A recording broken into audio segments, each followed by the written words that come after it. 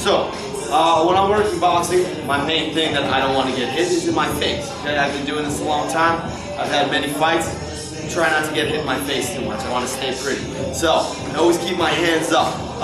Rule of thumb when you first start boxing, a lot of guys do this that I've trained, I've done it myself, you know, top level pros do it. Just to make sure your hands are always up, you're kind of touching your knuckles underneath your eyes. Because the fragile part of your face is from the eyebrows to the chin. So this is where you want to be protected. The top of the head is very hard.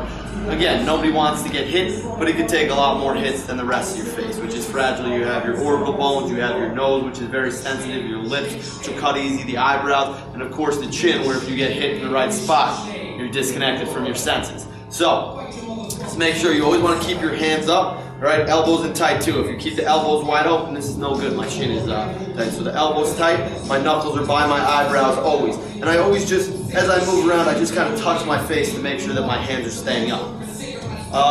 Number two, if I'm blocking a punch from somebody, I don't want to keep my hand out here and try to bat it away. So what's going to happen is someone's just going to hit my own hand into my hand. I always keep it tight against my head. See, right here, it's now becoming like a helmet. So if someone hits me in the hand, I'm kind of protecting myself. Whereas if I'm here and they hit my hand, I'm hitting myself in the face. So always just kind of keep them up at about eye level so you can still see your opponent. See, you need to be able to see. Just make sure the elbows are in. That's the best way to start with the defense.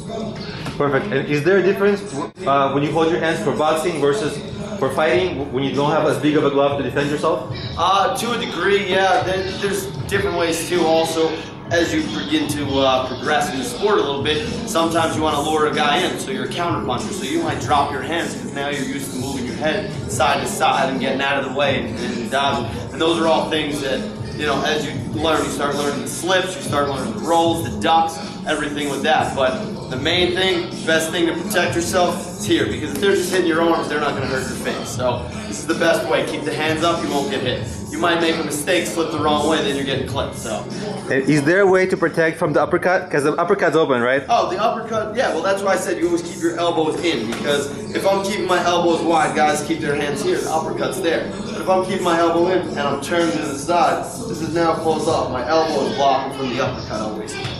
So, one more quick thing, something we do sometimes is just, it's called combing the hair, very simple. From here, just kind of like I'm combing my hair. So my elbow is now blocking here, but you always want to be careful about combing the hair because the body's a target too. So you got to be able to move it from side to side. Comb the hair, bring it back down.